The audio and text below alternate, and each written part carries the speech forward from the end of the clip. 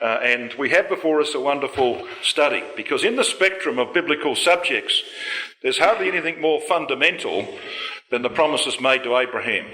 As far as we're concerned, the gospel, which of course consists of the kingdom of God and the name of Jesus Christ, this is where it all begins. Apart from Genesis 3:15, of course, this is where the promises of God in relation to the way he would fulfill his desire to redeem mankind. And so it's going to be quite fundamental, but at the same time, we're going to see the wonder of the scriptures as we proceed through this subject of Abraham. And of course, it has a very real relationship to where we sit in the scheme of things. You know, that title that we've chosen for this first study, as you well know, comes from the second epistle of Peter. You don't need to turn up, I'll just read it to you. Peter says in 2 Peter chapter 1 and at verse 3, "According as his divine power hath given unto us all things that pertain unto life," and he means eternal life, "and godliness, through the knowledge of him that hath called us to glory and virtue, whereby are given unto us exceeding great and precious promises, that by these," notice the language, "that by these ye might be partakers of the divine nature, having escaped the corruption that is in the world through lust." You cannot get a better summary of where we are going in our studies than that. We're going to see, brothers and sisters and young people, in our studies, that God didn't give Abraham all the promises at one time. He spanned them out over a lifetime, because Abraham wasn't ready for promise 2, 3, 4 until he got to the point in life where God could make that promise. He had to span it out over that period of time because of the development of Abraham. And the same applies to you and me, as we're going to see in our study. So when he initially made the promise that we read there in Genesis 12 and verse 1 and down to verse 3, initially spoke that to Abraham in Ur the Chaldees. And he moved from Ur the Chaldees and he made his way, of course, across from Ur the Chaldees over here towards the head of, it was at the head of the Persian Gulf at the time.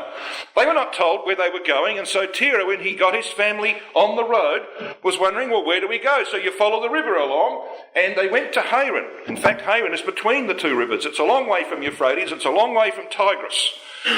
Why did Terah go to Haran? Well, Haran just happened to be the second most important place of the worship of the god Nana, or Sin, S-I-N. Has nothing to do with sin, as in transgression. That was the name of the god. It was the moon god. The most important place of that god was Ur the Chaldees, the light of the conquerors, it's called in the Hebrew. And so he left there, this prized place of the worshippers of the god, Nana, or Sin, and he went to the second most important place. And so it was from there that God called Abraham by repeating the promise that he had given to him in Ur the Chaldees. So he gets this promise of Genesis 12, 1 to 3 twice, 5 years apart, as we know from Acts chapter 7. So brothers and sisters, that's the journey that he took. And of course it was from there that he was to take the journey that Paul comments on. In Hebrews 11 verse 8 he says, "By faith Abraham, when he was called to go into a place which he should after receive for an inheritance, obeyed. And he went out, not knowing whither he went." But he was to find out, because he was to go to the land that God promised him. You know, God made 7 promises to Abraham between Genesis 12 and 22. I want to step you through those promises, and as we go through, you'll see that they're about Abraham's development. So the first one is to get him to move, to make the decisions he has to make. And when he's met the conditions, God can add additional promises to Abraham. And of course, as life goes on, those promises come one after the other, and thus there are 7 of them. And of course, we know that the number 7, amongst other things, has to do with covenant. In particular, brothers and sisters, specifically the Abrahamic covenant, because the Abrahamic covenant is stamped all over with 7s, as you're going to see in our studies. So here's the first of them, Genesis 12, 1 to 3. The first of 7 is made to Abraham, and it has 7 clauses. That's unusual, isn't it? That's the kind of structure you would expect from our God. And the first of those clauses points to the culmination of God's purpose. "I will make of thee a great nation," he says. He doesn't mean primarily the nation in the times of David or in the times of Solomon.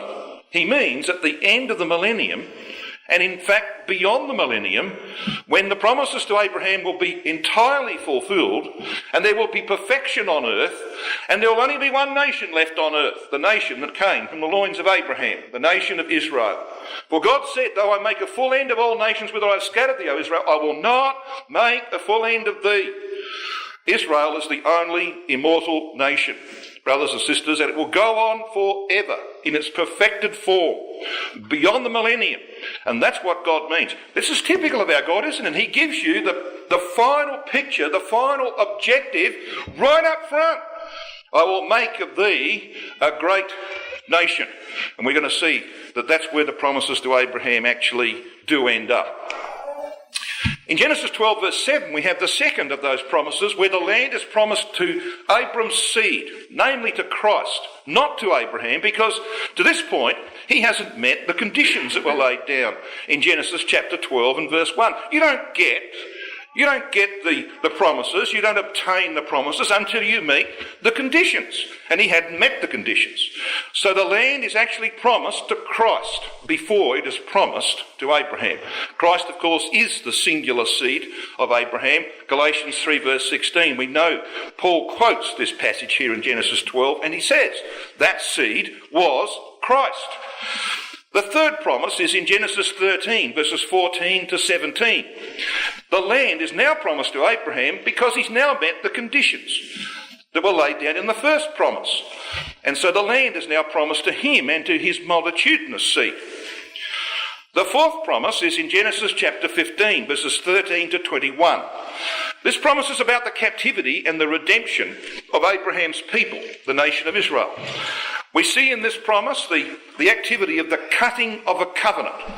And the promise made in the cutting of that covenant, where Yahweh passes between the pieces, not Abraham, by the way, just God, guarantees possession of the land from Euphrates to Nile to Abram's seed. In other words, Christ.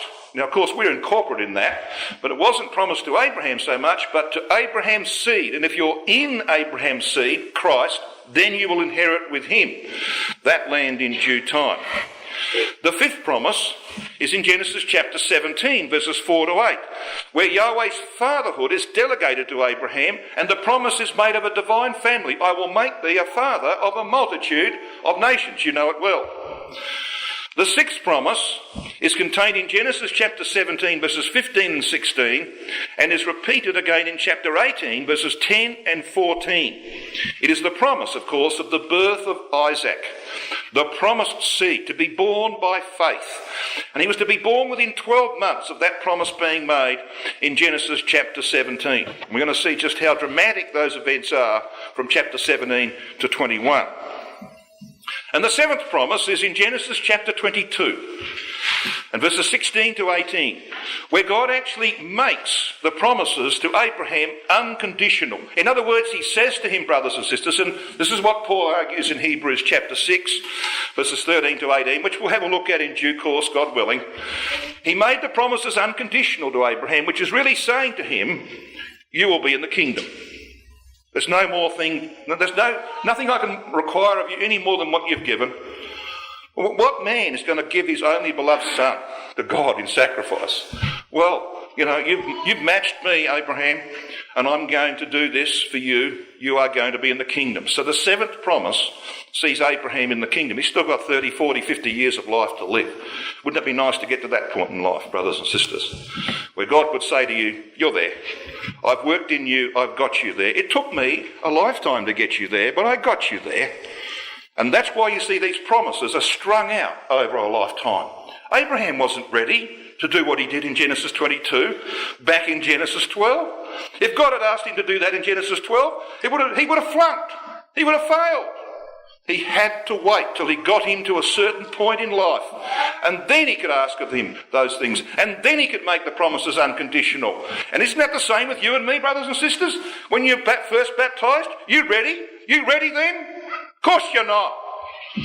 Takes God a lifetime to work in your life, to bless you. I'm going to find out what that means. Blessed with faithful Abraham. We know precisely what it means. And we'll see the hand of God in our own experience. Now, what about this seventh promise? It's preceded by a covenant with Gentiles, where 7 ewe lambs are offered. Genesis 21, verses 22 to 32. We'll come to that in due time. Hence the naming of Beersheba, the well of the seven.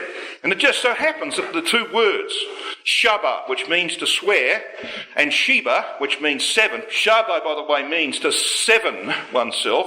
And we'll explain that later on, because when you made a covenant in ancient times, you sevened yourself. In other words, in Abraham's case, he put 7 ewe lambs out there. So you would say something 7 times, for example, to make sure that they got the point, that you really meant that you were going to fulfill this covenant or this promise. So you sevened yourself. The meaning of Shabbat. Sheba, of course, is the Hebrew word for 7. Just so happens in that context of Genesis 21 that those two words collectively occur. You got it right first time. 7 times. The 7th promise has got 7 stamped all over it. And it culminates with Genesis 22 verse 18. And in thy seed shall all the nations of the earth be blessed. God willing, in our exhortation tomorrow, we'll come to Genesis 22. We're going to see just an awe-inspiring chapter that brings this process of redemption that God is working out in the life of Abraham to a beautiful culmination. And of course, we will see ourselves in all of that. Well, that's the introduction. That's where we're going to go over the course of this weekend, God willing, as these studies unfold. I want to come back now to Genesis 12. Let's start at the beginning. Let's see exactly what God says to Abraham, or Abram as he was called then, and where this led.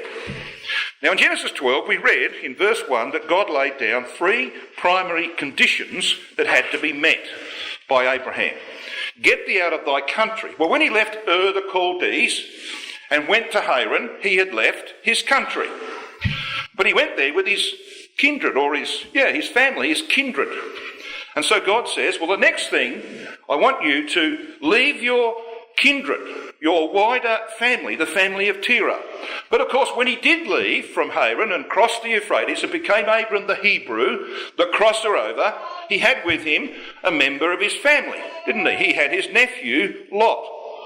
So it was not until he met the 3rd condition that the promise could be made to him that he would possess the land. So what was that 3rd condition? Well, you have to leave your father's house. And so it's a remarkable thing that within a moment of Lot leaving the compound of Abraham in Genesis 13, God says to Abraham, right now, look around you. All the land that you see, it's yours. Because he'd met the 3rd condition. Until that point, God couldn't make a promise of the land to Abraham. And there's a lesson to be learned from that, brothers and sisters. You don't get nothing for nothing, do you? In life, you've got to actually do things. You've got to perform. You've got to fulfill certain obligations. And if you fulfill the obligations, then God will deliver what he's promised. Now, that's true of parents raising children, isn't it? You don't just give kids handouts. You say, well, look, if you do this, I will do this. And that's how it operates. And that's how it works with you and me in the truth. Well, what then followed was this first promise, which has 7 clauses. You see them there? And each of these clauses, brothers and sisters and young people, sets out the process that God was going to use. First and foremost, when he says, I will make of thee a great nation, there is the ultimate end, right up front. Now, how would that end be attained? Well, by the process of redemption. I will bless thee. We'll come to that, as I said, in a moment. The third, and make thy name great, indicates that God would start with one man. That's why Isaiah 51 says he called him alone. He began with one man. And through that one man, what would happen?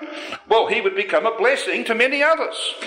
The process of redemption, which was begun in Abraham, would be worked out in many, many others. And you, of course, you and I are testimony to that. And the response of those to whom this message came would be either they would join Abraham in the process of being redeemed by God, I will bless them that bless thee, or they would deny it. I will curse him that curseth thee. So those who have this heritage given to them but don't do anything with it, don't join with God in the work that he did in Abraham, well, they get a curse.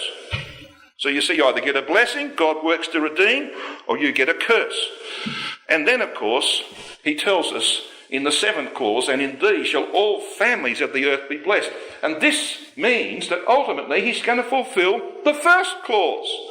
If all families of the earth are blessed, and ultimately at the end of the millennium, everyone who's in Abraham and in his seed is immortalised, then he's achieved this.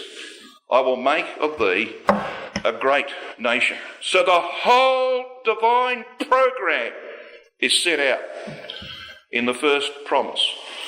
And all we need to do is to get involved in it, because these are the exceeding great and precious promises by which we can be ultimately partakers of the divine nature, having escaped the corruption that is in the world through lust. So then, brothers and sisters, what a wonderful promise that is. Now, what does he mean here by I'll make of thee a great nation? Well, David, about to die, 1 Kings 3 verse 8 said, and thy servant is in the midst of thy people, which thou hast chosen, a great people. And so they were. They were in the times of David a great people that cannot be numbered nor counted for multitude. But you know, David understood one thing. When God made promises to David, the focus was on what? On a temple? No, not really. That was part of it. On a throne? Well, that was part of it. You know what occupied David's mind in 2 Samuel 7 when he sat beside the ark? The house that God would build him. Not the house that he and Solomon would build for Yahweh, but the house that God would build for David. Now, what was that house? The perfected ecclesia at the end of the millennium, when God is all and in all. In other words, it's a great nation, not the nation that he ruled or the one that his son Solomon ruled. Great it might have been in its time. But you know, greatness, brothers and sisters, is a permanent thing, isn't it? Could you call someone or something great if it only lasts for a short while? No.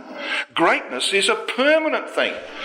And so Israel might have been great in the eyes of the world at one point, in the eyes of David at this point, but it didn't last, did it? It did not last. And that is not true greatness. So God is aiming ultimately to the end of the millennium to achieve this. Now, how do we know this is true? Well, I want you to join me in a consideration of some words that are used here in verses 2 and 3. Let's take this word nation. It says, I will make of thee a great nation. In the singular, it's goy. Plural, I am on the end. Goyim. We're goyim. We're Gentiles, nations. So it has to do with peoples, generally. It first occurs in Genesis 10 verse 5 when God scatters the nations into 70 of them. It's rendered there Gentiles in verse 5 and nations. The next 4 occurrences are rendered nations in Genesis 10 verse 20, 31 and twice in verse 32.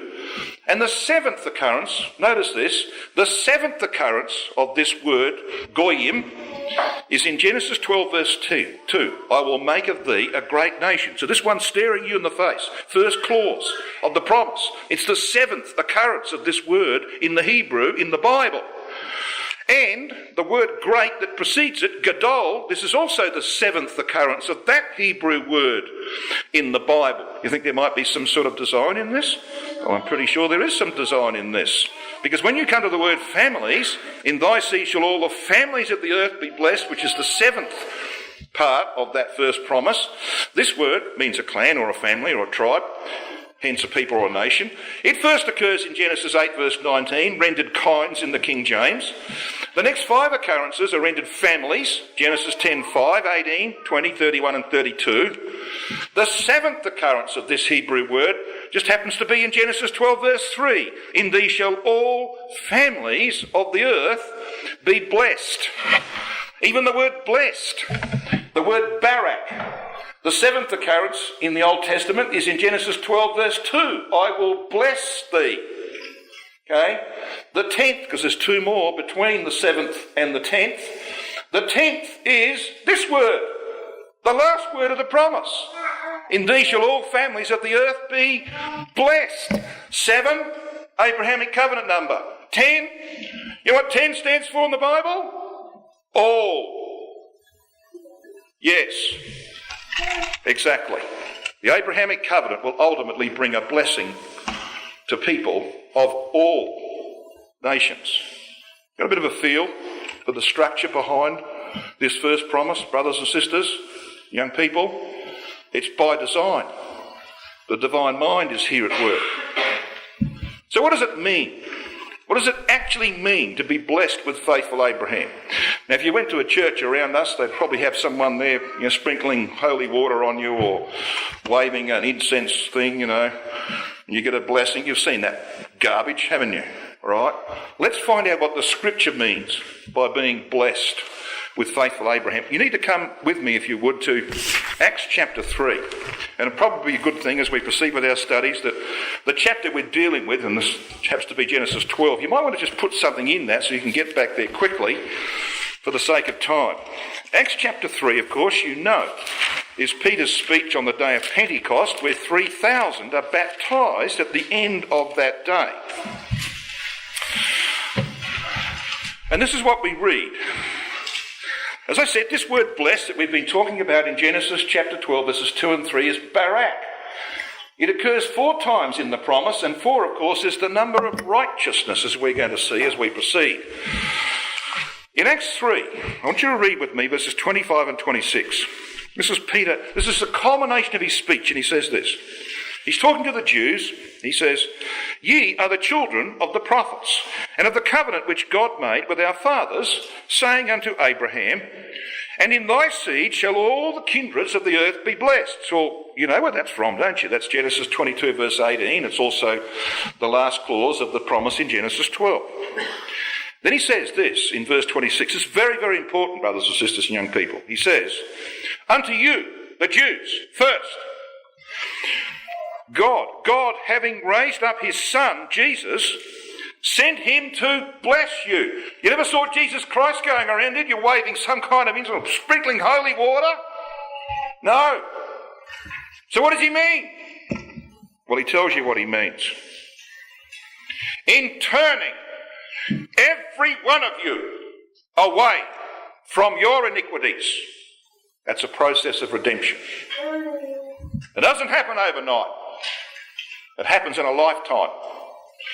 And that's what it means to be blessed with faithful Abraham, brothers and sisters. God working in your life to turn you away from your iniquities. Like he's working in my life to turn me away from mine, and I got a few to be turned away. Is that true of you? Yeah. That's what it means to be blessed with faithful Abraham. And this word wickedness, and this is a translation here, this word wickedness or iniquities, poneria, occurs 7 times in the New Testament. Yeah, and that's the work of God's covenant, to turn you away from your iniquities. It means depravity, iniquity, wickedness, evil purposes and desires. You got a few of them? I got a few of them. Yeah. So the whole point of the promises made to Abraham was to work in your life progressively, day by day, until he's turned you away from your iniquities. He's going to justify you. Abraham was justified by faith, says Paul in Galatians 3 verse 8, and the word means to render righteous. Yeah, and that's the process that's worked out through these exceeding great and precious promises whereby you might escape the corruption that is in the world through lust, that you bear in your own nature and share in the divine nature in due time. How fundamental is that, brothers and sisters? That's what life in the truth is all about, isn't it? We don't come to the meetings because it's on the schedule. We come to the meetings to be with those in whose lives God is turning away iniquity. And we want to share the experience with them. That's why we come to the meetings. I want you to come to Hebrews 11. We're in the New Testament. Come to Hebrews 11 and verse 1.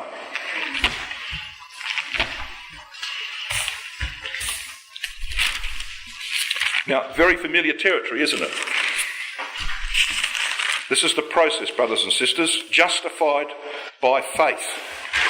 Made righteous, rendered righteous by faith. Not just imputed righteousness, that's just part of the process. It's about changing the way you live your life. So in Hebrews 11 verse 1 we read these words.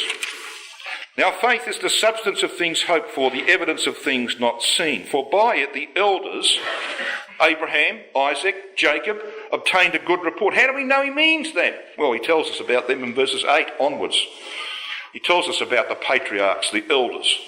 They obtained a good report. And so, brothers and sisters, so can we. Now, we know what this word substance is. It's the word hypostasis. It means to set under, to support, to have a foundation. And Brother Thomas translates it, faith is the confident anticipation of things hoped for, a full persuasion of things not seen. The Revised Version says it's the giving of substance. So faith gives substance to things hoped for. It makes them real in your life. And it provides evidence for things you have not seen. I never saw Abraham. You never saw him either, did you? But you can go back and look at his life and you can see yourself in him.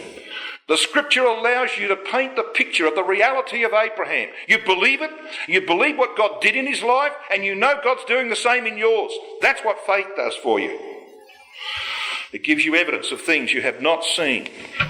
So Brother Thomas comments this way. He says, faith is reality and proof. The person who has it embraces certain things promised as realities and certain transactions as things proved. I don't need to prove to you the reality of Abraham, do I? You believe that along with me. What I do need to suggest to you is that maybe we don't always see the way God is working in our lives as he worked in the life of Abraham, and he does that by the promises. And we're going to see how that works itself out. Let's come back to Genesis 12.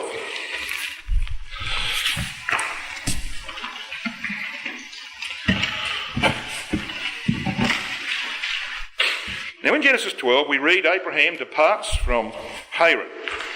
He's 75 years of age. In verse 4, he becomes Abram the Hebrew, the crosser over at the Euphrates, as it were, figuratively baptised. And in verse 5, he took Sarai his wife and Lot his nephew and all their substance and their souls that they had gotten in Haran, and they went, look at the end of verse 5, and they went forth to go into the land of Canaan. And into the land of Canaan they came. Well, if you're going forth, you know, I left Manitoulin Island on Wednesday morning to go to the land of North Battleford, Saskatchewan they call it here. All right, and into the land of Saskatchewan I came. Isn't that amazing? Well, that's where the GPS sent me. You know, you want to read your Bible carefully. Why does it say that? They went forth in the land of Canaan, and in the land of Canaan they came. Read the next verse. And Abram passed through the land unto the place of Shechem, unto the oak of Moreh, and the Canaanite was then in the land. Surprise, surprise. So when I came to the land of Saskatchewan, what did I find? Saskatchewanese. It's the land of Saskatchewanans, whatever they call them here. Isn't it true? Well, of course you're going to find Canaanites if you come to the land of Canaan. So why does it tell us that? Well, because that's the problem, isn't it? Dwelling in the land that is promised to Abraham is a Canaanite, a lot of them. Yeah, and there's a few sitting in this hall too. Like me, I'm sitting up on a stool.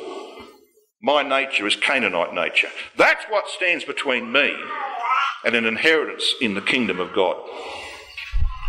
A big Canaanite.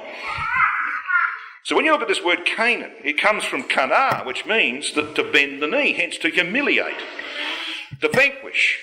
It's got that idea of being brought into subjection. And you see, the Apostle Paul comments on this in Philippians 3:21. He says, of Christ, he says, who will transform, in actual fact, if you read the King James, it says, who will change our vile bodies. Remember that phrase? He will change our vile bodies into the likeness of his own glorious body. Remember that? Well, it's not a very good translation. You want to put a better one in. This is a much better translation. He says, actually, who shall transform the body of our humiliation, which is the meaning of Canaan. The body of our humiliation, to its becoming conformed to the body of his glory. I can't speak for you. I think I probably partly can. But I know what my body does to me. It humiliates me by sin and by weakness and frailty. That's why I'm sitting down right now. It humiliates me. Can't wait for the day of change, brothers and sisters, to get rid of the Canaanite. So you see, when Abraham came into the land, he was confronted by Canaanites, and so are you and I. So what do you do about that? Well, you make choices. That's why it says in verse 6, he came to Shechem. And Shechem is the place of choice. Now, if you looked, we're looking from the east here. This is Mount Gerizim, the Mount of blessing in the Old Testament. This is Mount Ebal. You see, it's a bit higher. It's the Mount of cursing. This is where Israel was brought in Joshua chapter 8, remember? And half the nation was on Gerizim and half on Ebal, and they shouted the blessings and cursing to the Lord across the valley. Yeah. Jacob's well is in here in the middle. Okay, so if you have a look at if you're standing above a man and you got past his bald head, whoops, let's go back there. Let's just go back one step. Somewhere there's a line here. I don't know what's happened to that. Anyway, if you have a look down, it's like looking down on the shoulder blades of a man from upstairs. Got the idea? Yeah, that's what Shechem means. It means the back or shoulder, the place of burdens. Hence the shoulder of burden. And of course Shechem is all about making choices, isn't it? Go through the history of Shechem. Wherever you meet it, it's about making choices. To accept, to bear responsibility. That's where Abraham comes. See verse 6. Abram passed through the land at the place of Shechem. And it says plain in the AV, it means the oak, the symbol of strength and durability. To the oak of Moreh, the teacher. Yeah, teaching's got a lot to do with it as well. You see, brothers and sisters, the same principles apply to you and me. And verse 7 says that Yahweh appeared unto Abram. This is the second time he appears to him and says, unto thy seed will I give this land. So the land is promised to Christ before it's promised to Abraham because he hasn't met the conditions. And Paul says in Galatians 3:16, now to Abraham and his seed were the promises made. He saith not unto seeds as of many, but as of one, and to thy seed, which is Christ. So Christ is promised the land before Abraham.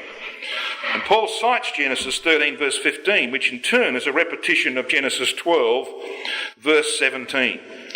And we're going to see that Christ now already has a title to the land when he hasn't been born yet. He's a long way from being born. He's got a title to that land because God is not going to fail. Abraham might not ultimately possess the land depending on what Abraham does and the choices that Abraham makes. But Christ will possess it because God wasn't going to fail. You and I might fail, brothers and sisters. We're still in probation, aren't we? But Christ will take possession of the land. That's the key lesson here. So the challenge for Abraham was to meet the conditions, just like it is for you and me, to meet the primary conditions that are laid down for an inheritance in that land. Get thee out of thy country, from thy kindred, and from thy father's house. So come with me to Genesis 13, verses 14 to 17. Now, you know the story. The first 13 verses are about the fact that when they came out of Egypt, Abraham and Lot had a lot of possessions, too many flocks, herds, etc. There was a famine in the land. It was difficult for them to find feed for their animals. There was strife between Abraham's herdsmen and Lot's herdsmen. And Abraham said, look, we can't go on like this. You choose, you go somewhere else. You choose where you like, and I'll go the opposite direction. We know what Lot did. He chose the plains of Sodom and Gomorrah. And ultimately, of course, that cost him dearly. He went down to Sodom and Gomorrah. But look what it says in verse 14 of Genesis 13. And Yahweh said unto Abraham, notice the language, after that Lot was separated from him. There it is. And from thy father's house. There's the meaning of the third condition. Lift up now thine eyes and look from the place where you are, northward, southward, eastward, westward. For all the land that you see, it's yours, and to your seed after you. See, he met the conditions. Come back to chapter 12 and verse 8. Where does he go after Shechem? Verse 8. And he removed from thence unto a mountain on the east of Bethel, and pitched his tent, having Bethel on the west and Hai on the east. And there he builded an altar unto Yahweh, and called upon the name of his God. And he went on further from there, south. And of course we know the principles. I don't need to go into these, brothers and sisters. We know what these places represent. Bethel means the house of God. We know that that's picked up by the Apostle Paul in 1 Timothy 3 when he says that if I tarry long, that thou mayest know how thou oughtest to behave thyself in the house of God, the meaning of Bethel, the house of God, which is the ecclesia of living God, the pillar and ground of the truth. And we know that's a reference to the stone which Jacob had used as a pillow, which he propped up, made into a pillar, poured oil on it, anointed it, and said, this is the house of God. And the angels of God are ascending and descending upon him. We know that Bethel has got to do with the house of God, the ecclesia. But what about Hai? Well, it means ruin. And it's back towards the east from whence Abraham had come. He'd left behind her the Chaldees and all the godless, idolatrous things of that place, and he had to make a choice again. He had to make a choice between the house of God and returning to ruin. And that requires sacrifice and commitment, and that's why it says there, he made an altar, sacrifice, and he called upon the name of Yahweh. He made a commitment. Right? He made some choices. He'd made his choices at Shechem to accept responsibility. Now he makes his choices in the house of God, the ecclesia, to sacrifice his life to his God, to commit his whole life to his God. That's the process, isn't it? This is how God turns us away from our iniquities. So here we are, brothers and sisters. Back in 2010, by the way, sorry, Dan, we didn't stop here at Bethel on the trip last year. But in 2010, when we were here in the West Bank, we were standing on what is alleged to be, and I think most probably is, Bethel. And you see there's a road. Can you see there's a road here? It's a double-lane highway which goes along the central massif of the land. Now, the Palestinians can't use this. It's just for Israelis. But anyway, over here is Hai, just over the lip of this hill here. So you can see how far, it's probably 1.5 kilometres, maybe, thereabouts, between Bethel and Hai. So you've got ruin over there, you've got the house of God here. And that, brothers and sisters, is the choice that Abraham had to make, just as you and I have to make it. We've got to press on. We've only got 12 minutes to go on this session. I've got a few things I want to say about the end of this chapter that are very, very important. Come down to verse 9. And Abram journeyed, and going on still toward the south, and it was to cause some issues. Verse 10. And there was a famine in the land, and Abram went down into Egypt to sojourn there, for the famine was grievous in the land. South Negev means parched. Yeah, and it was a parched area that he come to. So the challenges still come to this man. He's had the Canaanites in the land. He's had to come to Shechem and then to Bethel and to make some choices before he's got. And now he's got another choice to make. Do I stay here with the Canaanites, or do I try and find an easier way of life down in Egypt? Well, the Canaanites didn't go to Egypt, did they? The Canaanites stopped back in the land of Canaan. Did they all perish? No. Did they have God's help? No. But they survived, so I reckon Abraham might have survived if he'd stayed. We can make silly choices in life, can't we? We can make a mess. And that's what Abraham made. He made a mess of things, brothers and sisters, because he gets down there and he says to Sarai, his beautiful fair-skinned wife, amongst a people of dark skin, the Egyptians, and they would look upon a fair-skinned woman, even at her age, and say, wow, never seen one like that before. And so he said, they're going to kill me. They'll kill me. You say you're my sister. It's a half-truth. It's a white lie, isn't it? And it causes huge problems. Brothers and sisters and young people, especially young people, if there's one thing that God needs to do in our life to turn us away from our iniquities, is to make us as he is. And you know what the leading characteristic of God is? Don't say mercy. You know what it is? Truth. Truth and honesty and integrity. And emeth, the word he uses, brothers and sisters, means stability, certainty. So you can rely absolutely upon God to tell you the truth, and you can rely upon him to be faithful and true to his principles. He will never, ever abdicate his righteousness for anyone. If they acknowledge it, he will show mercy. Micah 6 verse 8 says, and you know the passage, what does Yahweh require of thee? Does it say mercy first? No, it says to do justly. Christadelphians, tell the truth. And then to love mercy. And to walk humbly with your God. That's the process. The first thing he wants is integrity from us, and we don't see a lot of it in our world, and we're seeing less in our brotherhood.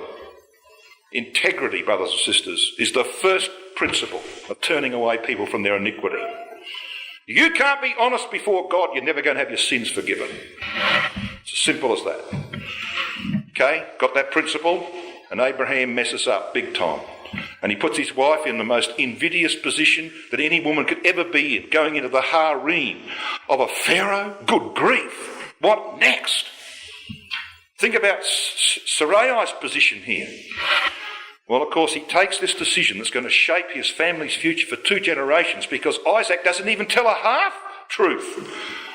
In Genesis 26, he tells a full-blown lie about Rebekah being his sister. You tell lies, brothers and sisters, and your children will end up telling them as well. They will see straight through you. You don't tell truth, don't expect your children to tell truth. That's the lesson that we learn from Abraham. Now, I get criticised for criticising Abraham. Well, get used to it, because God does. And I'll show you that. Get used to it. Abraham was just like you and me. He needed as much correction, he needed as much turning away of iniquity in his life as you and I need. And that's why the record is there, warts and all, so that we can see that what God did to Abraham, he will and can do with us. And so we might be blessed with faithful Abraham. His worst fears are realised, of course. We know this. I don't even need to tell you the story, do I? We know the story of what happens here. And he sent away the most embarrassed Christadelphian in history. Look what happens to him. Because, you see, Pharaoh just keeps feeding him. Verse 16. And he entreated Abraham well for Sarai's sake.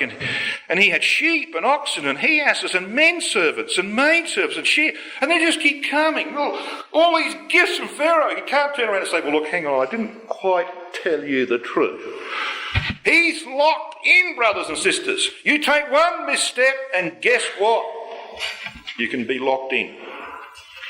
And then we read that Yahweh plagued Pharaoh and his... So God has to intervene to save Sarai with great plagues because of Sarai. Notice what it says. Because of Sarai, Abram's wife. And Pharaoh called Abram and said, what have you done to me? I thought you were a Christadelphian. Weren't you? You're not a Christadelphian, are you? The Christadelphians tell lies? Get out of here! And he sends him away. The most chastened Christadelphian in history. And he comes back full. Got all this stuff which is going to cause trouble. Isn't that the way it works? Yeah. How do you get out of that, brothers and sisters? Well, you can recover from mistakes, and so does Abraham. You can recover. And that's the story of chapter 13, verses 1 to 4. And Abraham went up. You see, he went down into Egypt. You're always going down when you're going to Egypt. He went up. He's ascending. When you're coming out of Egypt, you're always going up towards God. He went up out of Egypt, he and his wife and all that he had, and Lot with him to the south. And Abram was very rich in cattle, silver and gold. He went on his journeys from the south even to Bethel. Yeah! Go back to the house of God, where you made your initial decisions. And you made a choice between ruin on the one hand and the house of God on the other. That's what you've got to do, brothers and sisters. He goes up towards God, very rich but troubled. And you see, that word in the Hebrew there in verse 3, at the beginning, it is tequila. It means beginning or first. But there's another word used here. Look, just read on. At the beginning, between Bethel and Hai, unto the place of the altar. Yeah, go back to the principle of sacrifice. All right? Relate yourself to the house of God. Go back to the principle of sacrifice. And it says, where he had made the altar at the first. Pick up those words. At the first. That word first is Rishon in the Hebrew. You ever heard of Rishon Li Zion? It's the first kibbutz that was built in Israel. They called it Rishon Li Zion because it means the first to Zion. Okay? So this word complements this word tequila. At the beginning, at the first. Go back to Taws. Brothers and sisters, if you fail, and you will, like I do, you know what the answer to that is? Go back to where you began. I don't mean go back and have to be baptised again. I mean go back and remember the commitment you made. The commitment you made at your baptism. And renew it and say, well, I'm sorry, I messed up. I want to make a new start, and God says, you're on. Let's make a new start. You do the same with your children, don't you? You cannot deal with rebellious, disinterested children. But when my kids came to me, when I ticked them off for doing whatever it might have been, and they might have got disciplined, they came to me and said, Dad, I'm really sorry. There's no way. There's no way. And I'm going to say to them, get out of here. I'm going to work with them. I can work with that. And so can God, brothers and sisters. Never, ever get to the point where you think you can't make a new start with your God. He's waiting for you. Because he wants to give you this. He wants to give you, along with Abraham, this land.